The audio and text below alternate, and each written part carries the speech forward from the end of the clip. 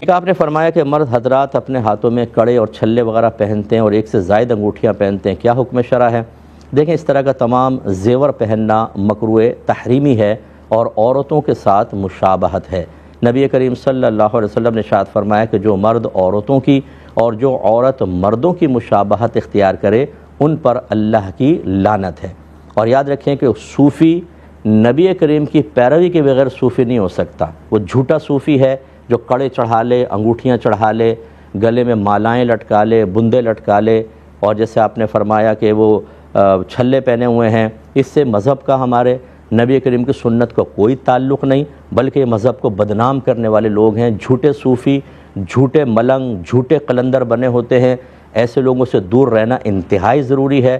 یہ ہمارے مذہب کو بدنام کرنے والے لوگ ہیں جو اپنے ذاتی مفادات کے لیے اس بات کی پرواہ نہیں کرتے کہ مذہب اسلام پر انگلیاں اٹھ رہی ہیں، ہم نبی کریم کی سنت کا خون کر رہے ہیں، قرآن و حدیث کے خلاف جا رہے ہیں، دین کو تباہ کرنے میں انتہائی معاون بن رہے ہیں، اور ہم ان کو بزرگ تسلیم کر کے دعائیں کروا رہے ہوتے ہیں، اور یہ اکثر آپ کو مزارات پہ بہت سارے ملیں گے۔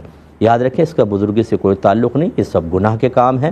نبی کریم صلی اللہ علیہ وسلم نے ایک صحابی کو دیکھا، لوہے کی انگوٹھی پہن رکھی ہے، اتروا کے پھینکوا دی، پیتل کی، تانبی کی، فرمایا صرف چاندی کی پہنے، اور وہ بھی 4.5 ماشا پورا نہ کرنا۔ ایک چاندی کی انگوٹھی، وہ بھی اس کا جو چھلا ہے وہ 4.5 ماشا سے کم وزن کا ہو، اس میں ایک نگ لگا ہونا ضروری ہے۔ علماء نے فرمایا نگ چاہے کتنے وزن کا ہو، یہ جو اس کا حلقہ ہے وہ 4.5 ماشا سے اوپر وزن کا نہ ہو، اور یہ آپ سونار سے معلوم کریں گے تو وہ آپ کو انگوٹھی دکھا دے گا کہ اس وزن کی انگوٹھی کتنی ہے۔ مرد کے لیے بس صرف ایک چاندی کی انگوٹھی، ایک وقت میں ایک چاندی کی انگوٹھی، وہ بھی نگ والی، یہ جائز ہے۔